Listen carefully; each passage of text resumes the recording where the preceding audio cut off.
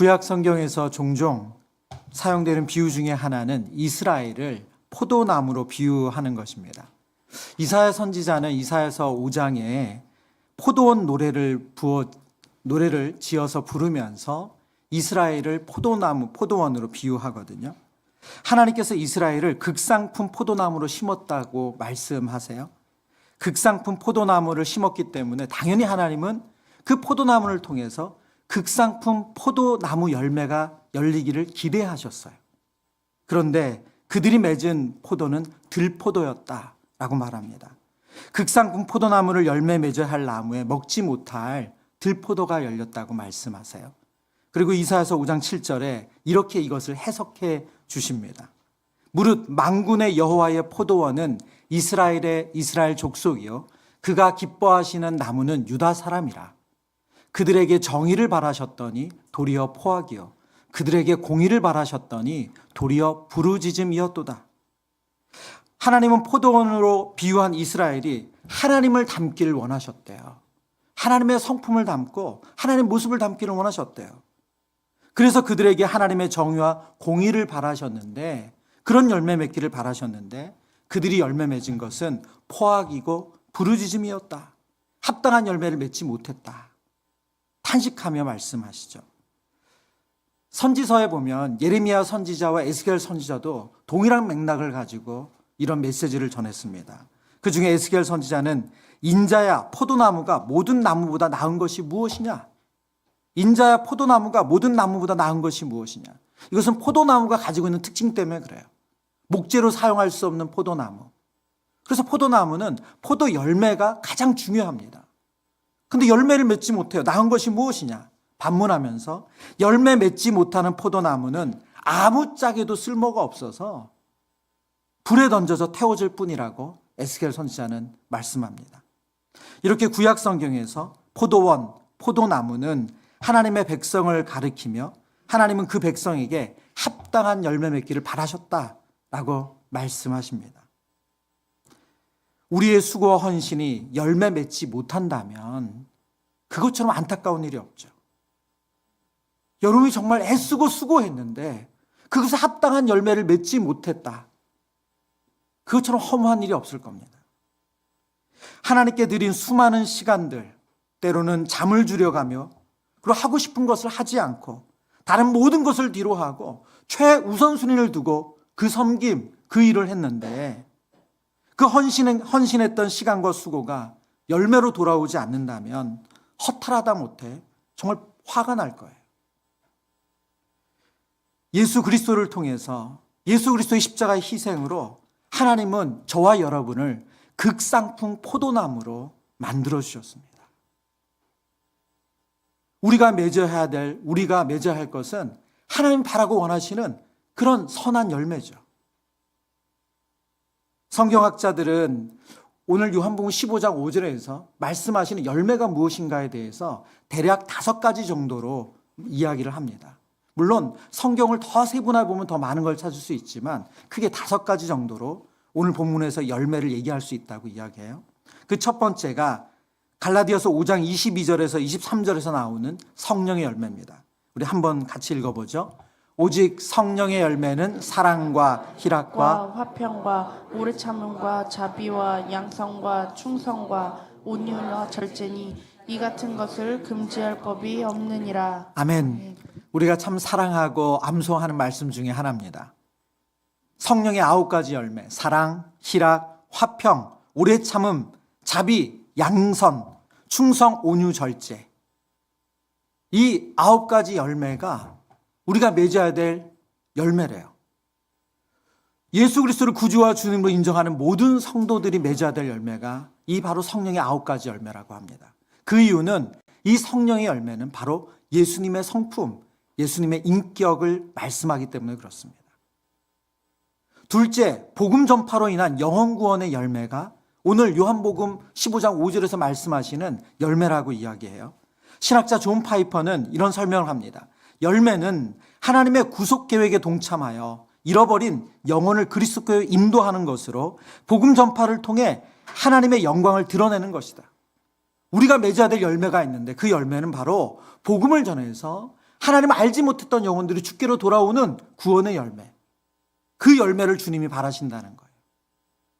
여러분의 올 한 해의 삶 속에서 여러분의 입술의 복음 전도, 삶의 복음 전도를 통해서 그 복음을 듣고 하나님께로 돌아오는 은혜가 있기를 축복합니다. 세 번째는 선한 행실이라고 말씀하세요. 이같이 너희 빛이 사람 앞에 비치게 하여 그들로 너희 착한 행실을 보고 하늘에 계신 너희 아버지께 영광을 돌리게 하라. 산상수훈의 말씀이시죠. 찰스 스펀저 목사님은 이런 설명을 합니다. 성도가 맺어야 하는 열매는 선한 행실이며 이는 세상에 하나님의 사랑과 은혜를 증거하는 삶의 실천이다. 우리가 이 땅에서 맺어야 될 열매, 극상품 포도나무로 심으신 우리 주님께서 저와 여러분의 삶을 통해서 기대하는 열매, 선한 행실이라는 거예요. 네 번째는 삶의 변화와 복종입니다. 예수님을 따르는 성도가 맺어야 되는 열매는 예수님과 연합해서 그 속에서 그것을 통해서 삶에서 일어나는 변화래요. 그 삶의 변화가 결국 말씀의 순종으로 이어진다라고 말씀합니다. 그리고 마지막 네 번째, 우리가 삶에서 맺어야 될 열매는 고난 중에 인내하는 믿음이라고 말씀하세요. 로마서 5장 말씀인데요. 5장 3절 4절입니다. 우리 한 번 더 같이 읽어보죠. 다만 이뿐 아니라 우리가 환난 중에도 즐거워하나니 이는 환난은 인내를, 인내는 연단을, 연단은 소망을 이루는 줄 알미로다. 아멘. 환난은 인내를, 인내는 연단을, 연단은 소망을 이룬다는 로마서 말씀처럼 성도는 고난 가운데 믿음 때문에 인내할 수 있다는 거예요. 이것이 우리가 삶 속에서 극상품 포도나무인 우리를 향해서 우리 하나님이 기대하는 열매라는 거예요.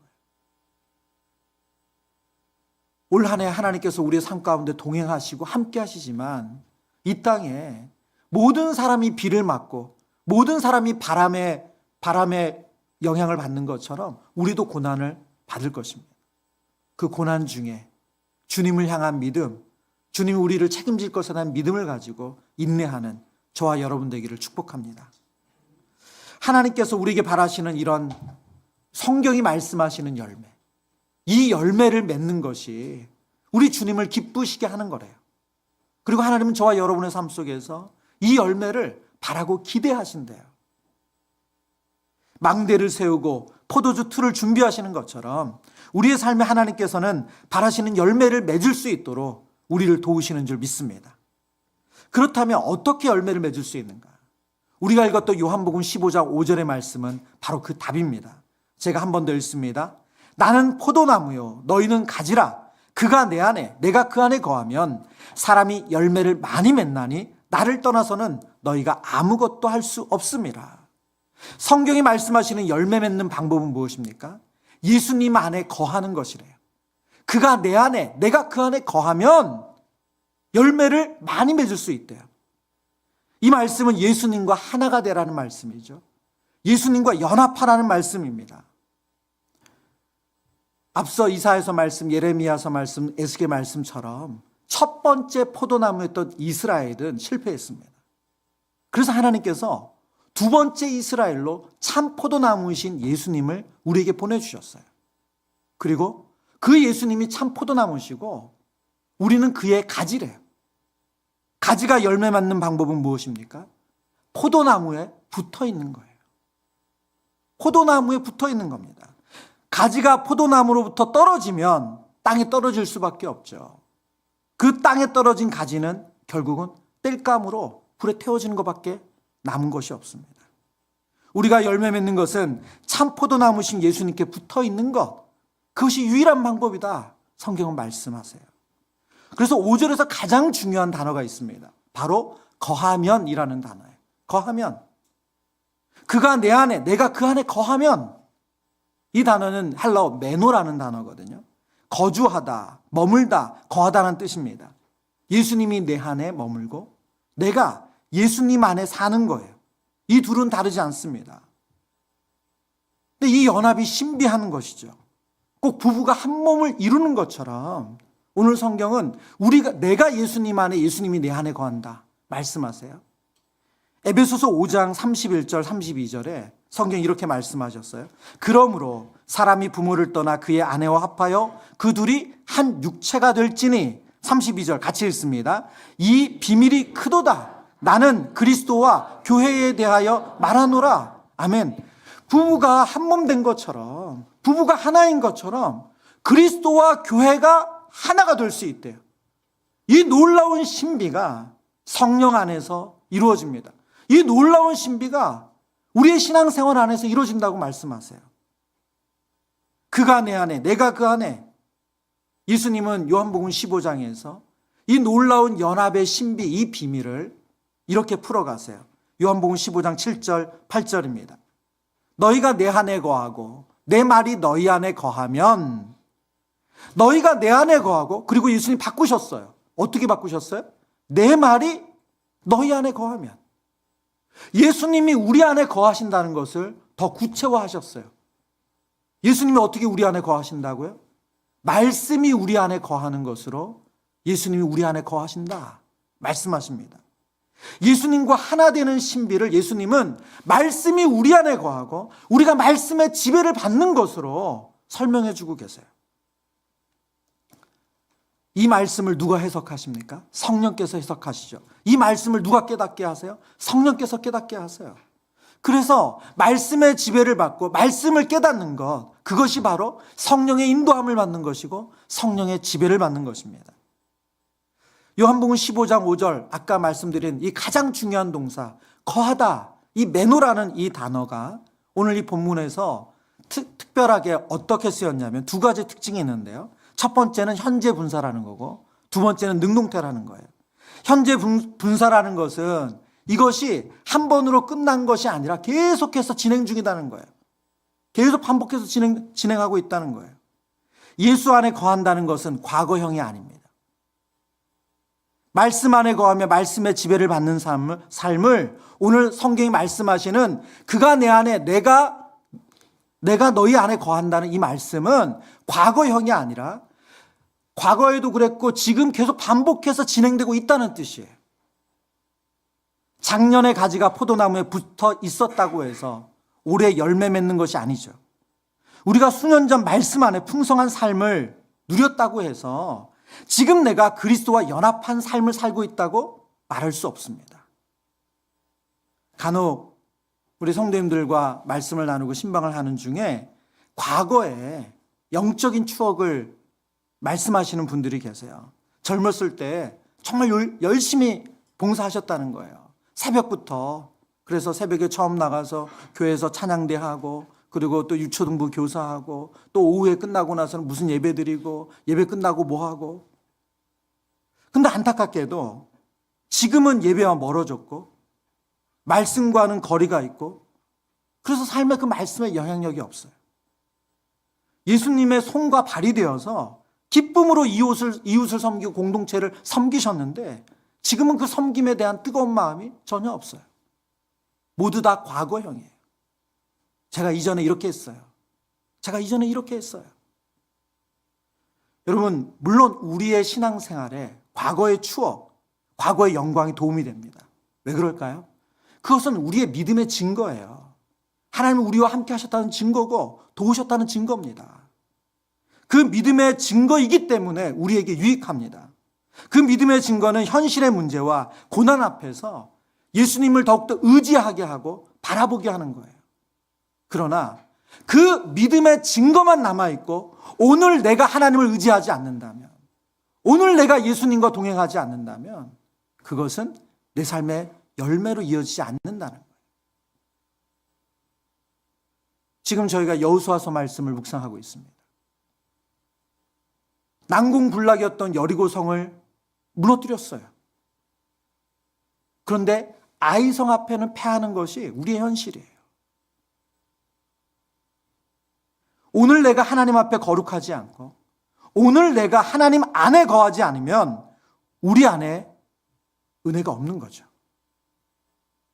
매일 그리스도의 십자가 앞에 나아가서 우리가 죄인인 것을 자각하고 하나님의 은혜가 필요한 존재라는 것, 그 말씀 안에 거하는 삶이 우리에게 매일 일어나야 된다는 거예요.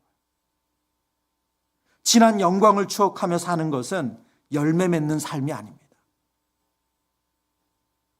여러분이 몇 년 전에 뜨겁게 드렸던 예배, 여러분이 몇 년 전에 하나님과 뜨겁게 연합하면서 봉사했던 삶, 그 삶이 오늘의 열매를 보장하지 않는다는 거예요. 봉사의 자리, 섬김의 자리에서 열매를 맺으려면 오늘 말씀 안에 거하고 말씀의 지배를 받아야 합니다. 2025년 매일이 말씀으로 예수님과 하나 되는 은혜, 말씀의 인도함을 받는 그런 은혜 누리시기를 축복합니다. 오늘 오전에 사용된 매노라는 동사의 또 하나의 특징이 능동태라고 말씀드렸어요. 자발적으로 예수님 안에 거한다는 뜻이에요. 자발적으로. 여기서 예수님이 우리를 대하시는 방식을 발견합니다. 억지로 우리를 무릎 꿇게 하시는 분이 아니라 예수님은 우리가 자발적으로 예수님과 연합하길 원하시고 예수님과 하나 되기를 원하시고 예수님과 동행하기를 원하신다는 거예요. 예수님은 우리의 창조주세요. 말씀으로 이 세상을 만드신 참 하나님이세요. 예수님은 우리를 죄 가운데서 구원하시는 구속주세요. 당연히 우리에게 명령하고 우리에게 강요하실 그런 권세가 있는 분이세요. 그러나 예수님 그렇게 안 하시고 우리에게 바라시는 게 뭐라고요? 자발적으로 그분과 교제하고 자발적으로 예수님의 말씀에 순종하기를 원하신다는 거예요. 출애굽기 21장에 보면 한 특별한 이 사건을 기록하고 있어요. 이것은 당시 히브리 사람들은 히브리인을 노예 삼지 말라고 말씀하셨어요. 그러나 사람이 살다 보면 그렇게 안 되는 일이 있잖아요. 누군가 빚을 졌어요. 그럼 그 빚을 갚지 못하니까 몸으로 때우는 일이 생기는 거죠. 그러니까 히브리 사람을 종삼으면 안 되지만 결국은 그 빚을 갚지 못해서 종이 되는 일이 현실적으로 생겼어요. 그런데 이런 종이 됐을 때도 이 사람을 영원히 종으로 삼지 못하도록 하나님께서 법으로 금지하셨어요. 그게 뭐냐? 7년이 되면 이 사람을 놓아주는 거예요. 자유케 하는 거예요. 어떤 빚을 졌다 하더라도 6년까지만 히브리 사람은 종으로 쓸 수는 있어요. 그렇지만 7년이 되면 자유케 되는 거예요. 그게 이 하나님 주신 법이었어요. 그런데 이 법에 예외 상황이 생겼어요. 이런 상황입니다. 출애굽기 21장 5절 6절입니다. 만일 종이 분명히 말하기를 내가 상전과 내 처자를 사랑하니 나가서 자유인이 되지 않겠노라 하면 6절 말씀 같이 읽습니다. 상전이 그를 데리고 재판장에게로 갈 것이요 또 그를 문이나 문설주 앞으로 데리고 가서 그것에다가 송곳으로 그의 귀를 뚫을 것이라. 그는 종신토록 그 상전을 섬기리라. 아멘. 여러분 지금 이 말씀은 어떤 내용입니까? 7년째 자유할 수 있어요. 난 이제 자유인이야. 더 이상 누구의 명령을 따르지 않고 내 마음대로 살 수 있어요. 그런데 스스로 그 자유를 포기한다는 거예요. 자발적으로 당신의 종으로 영원히 살겠습니다 라고 한다는 거예요. 그 방법이 뭐라고요? 주인과 같이 문설주에 가서 문에다가 자기 귀를 송곳으로 뚫는 거예요. 귀 뚫으신 분, 자발적으로 종이 되신 분들이십니다. 예. 근데 이유가 뭐예요? 이유가 뭐라고요? 내 상전과 내 처자를 사랑하니. 내 상전과 내 처자를 사랑하니. 내가 종으로 6년 있었지만 이 주인은 나를 함부로 대하는 사람이 아니야. 내가 존경할 만한 분이야. 내가 사랑하는 분이야. 그리고 나에게 그 종으로 살던 기간에 내가 결혼하고 아내를 얻고 그리고 그 아내에서 낳은 그 자녀, 내가 이 자녀를 떠날 수가 없어. 나의 자유를 위해서 포기할 수 없어. 내가 그 자녀들을 사랑해. 그래서 자발적으로 자신의 자유를 포기하고 종이 됐다는 거예요. 예수님은 이 땅에 종의 형체로 인간의 몸으로 이 땅에 오셨어요. 그리고 죽기까지 복종하셨습니다. 그 예수님의 동기가 무엇인가요? 성부 하나님에 대한 사랑이에요. 아버지의 계획, 그 하나님의 계획, 그 구원의 계획과 뜻을 누구보다 잘 알기에 그분을 사랑해서 자발적으로 이 땅에 인간의 몸으로 오셨고 자발적으로 십자가에 죽기까지 복종하셨어요. 예수님이 우리에게 바라시는 섬김의 삶, 예수님이 우리에게 바라시는 종된 삶 또한 바로 이거라는 거예요. 누가 억지로 시켜서가 아니라 강요해서가 아니라 사랑해서 자발적으로 그 섬김을 하는 거래요. 자발적으로 하지 않는 섬김, 그 마음은 무엇보다 기쁨이 빨리 사라집니다. 감사와 기쁨이 없는 섬김은 지속하기가 어려워요. 우리의 섬김과 봉사는 예수님과 더 연합되는 통로예요. 여러분은 올 한 해 섬기시는 부서, 여러분이 가정에서, 여러분이 맡겨있는 그 모든 일들, 주신 일들은 하나님과 더 연합할 수 있도록, 하나님 더 의지할 수 있도록 하나님 우리에게 허락하신 귀한 자리예요. 그런데 그것이 그런 긍정적인 통로로 활용되지 못하고 도리어 우리를 고역스럽게 만들게 됩니다. 우리가 자발적이지 않을 때. 과거형이 아닌 현재형으로 예수님 안에 거하시길 축원합니다. 나의 멍에를 메고 내게 배우라는 예수님의 말씀처럼 매일 우리 주님과 멍에를 매는 삶을 통해서 예수 안에 거하고 예수님의 도우심을 경험하는 여러분 되시길 바랍니다. 능동적으로 자발적으로 예수님과 하나 된 삶, 그 연합한 삶에서 오는 기쁨을 누리시면서 열매 맺으시기를 축원합니다. 오늘 말씀을 정리하면서 두 가지의 우리의 구체적인 삶의 적용이 있기를 바랍니다. 첫 번째는 매일의 경건 생활에 힘써야 한다는 거예요. 여러분, 예수님 안에 거한다, 말씀의 지배를 받는다, 성령의 지배를 받는다는 게 뭡니까? 결국은 경건 생활을 하는 거예요. 봉사보다 은혜가 먼저입니다. 섬김보다 내가 은혜 받는 것이 먼저여야 돼요. 그래서 저희 교회는 여러분이 봉사를 하셔도 먼저 예배를 드리거나 혹은 시간 때문에 어쩔 수 없어 그 다음에 여러분의 개인의 예배가 있는 경우도 있지만 봉사와 예배를 분리해요. 그 봉사는 그거 자체가 예배로 끝나지 않게 합니다. 예수님 안에 거하지 않으면, 우리가 은혜 받지 않으면, 공급받지 않으면 열매를 맺을 수가 없어요. 섬김과 봉사도 은혜의 통로가 되어야 합니다. 여러분, 은혜 받아야지, 예수님을 통해서 공급 받아야지 섬김을 감당할 때 하나님 주신 힘으로 할 수 있어요. 바울은 영적인 아들 디모데에게 강하게 권면하죠. 디모데전서 4장 7절 8절입니다. 망령되고 허탄한 신화를 버리고, 같이 읽습니다. 경건에 이르도록 내 자신을 연단하라. 8절 제가 읽습니다. 육체의 연단은 약간의 유익이 있으나 경건은 범사에 유익하니 금생과 내생의 약속이 있느니라. 경건에 이르도록 내 자신을 연단하래요. 훈련하래요. 이 연단하다는 단어가 짐나지움이라는, 우리로 지금 체육관, 그런 훈련하다, 그 단어입니다. 매일의 말씀 묵상, 성경 통독, 새벽 기도회, 수요예배, 금요기도회, 개인의 예배, 여러분 뜻을 정하셔야 돼요. 그래서 지속적으로 은혜 얻는 통로, 여러분 그것이 있으셔야 돼요. 그것 없이 섬김을 계속한다, 그것은 우리 안에 열매 맺는 삶이 아니라 도리어 불평과 원망을 낳는 삶이 돼요. 둘째로 저와 여러분이 적용할 것이 있습니다. 영적 공동체의 사랑을 받으셔야 돼요. 영적 공동체의 사랑을 받아야 됩니다. 히브리서 10장 4절 5절 우리 같이 읽습니다. 히브리서 10장 4절, 죄송합니다. 제 본문을 잘못 줬네요. 24절 25절인데 제가 읽습니다. 서로 돌아보아 사랑과 선행을 격려하며 모이기를 패하는 어떤 사람들의 습관과 같이 하지 말고 오직 권하여 그날이 가까움을 볼수록 더욱 그리하자. 오늘 본문에 보면 서로 돌아보아 사랑과 선행을 격려하래요. 유진 피터슨 목사님이 이 본문을 이제 새롭게 현대인으로 의역하면서 이렇게 번역하셨더라고요. 창의적으로 사랑하고 사랑을 권하고 도움의 손길을 펼치십시오.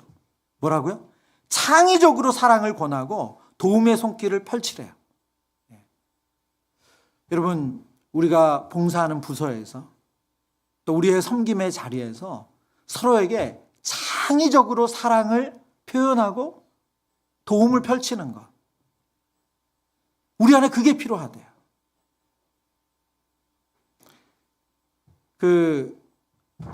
이제 저랑 오랫동안 봉사했던 한 봉사자가, 제가 이제 새가족부를 섬길 텐데요. 새가족부를 섬길 때 우리 바나바 사역을 하시는 분들 가운데 바나바를 이제 기존 신자와 초신자로 나눠서 사역을 하시는데 이 초신자 바나바 사역을 하시는 분이셨어요. 이분이 연말에 그러시는 거예요. 목사님, 제가 1년에 이제 새가족을 한 2, 3주에 한 번씩 배정을 받아서 봉사를 하시는데 이 초신자 분들이 바나바 만난 걸 꺼리시는 거예요. 그래서 토요일까지 문자나 전화 통화하면 내일 가겠다 그러시고 당일 되면 안 오시는 거, 노쇼를 하시는 거죠. 이게 너무 실망스럽잖아요. 기대하고 기도로 준비하고 그래서 딱 그 자리에 가서 기다리고 있는데 노쇼를 하시니까. 근데 이게 1년에 어쩌다 한두 번이어야 되는데 그렇지가 않고 이런 분들이 너무 많은 거예요. 그래서 연말이 되면 내가 이 사역을 계속 해야 되나? 이런 회의감이 오는 거죠. 예. 그런데 그분이 그러시는 거예요. 연말에 하시는 말씀이, 목사님, 그런데요, 정말 준비된 초신자를 만날 때가 있다는 거예요. 정말 마음이 너무너무 열려있는. 그래서 저분은 정말 저렇게 뜨겁게 하나님을 만나고 있구나. 이런 초신자를 만날 때가 있대요. 근데 그런 분 두세 분만 1년에 있으면 견딜만 하다는 거예요. 여러분, 우리의 사역이 쉽지 않습니다. 정말 나는 좋은 마음으로 교사로 지원했고 좋은 마음으로 예배팀을 섬기로 했고 좋은 마음으로 교회 이곳저곳에 봉사를 했지만 실제 사역의 현장에 가보면 우리를 실망스럽게 하고 허탈하게 하고 내가 이거 하려고 이 자리에 있나? 내가 이런 소리 듣고 왜 있지? 이럴 때가 있어요. 오늘 본문에 서로 돌아보아 사랑과 선행을 권하며, 근데 그 공동체 안에서 때로는 봉사하는 그 자리에서 섬김의 대상이 우리에게 사랑을 줄 때도 있고 또 함께 봉사하는 지체들이 사랑을 줄 때도 있고, 어떻게 하는 게 창의적으로 하는지 잘 모르겠어요. 여러분 고민해 보세요. 네, 다락방 안에서, 봉사 부서 안에서, 네, 정말 우리 안에 하나님 우리에게 주신 그 사랑을, 감사를 창의적으로 표현하고 또 받는, 그러면서 여러분이 새 힘을 얻는 그 은혜 누리시기를 축복합니다. 2025년 하나님께서 우리에게 소망의 한 해를 선물로 주셨습니다. 그리스도의 몸된 교회를 세우라고 우리를 직분자로, 봉사자로 세워주셨어요. 예수님 안에 거함으로 풍성한 열매를 맺으시는 사랑하는 성도님 되시길 축원합니다. 매일의 경건 생활과 영적 공동체 안에서 사랑을 주고받으며 예수님을 본받아 자발적으로 섬기는 그 삶 살아가시기를 축원합니다.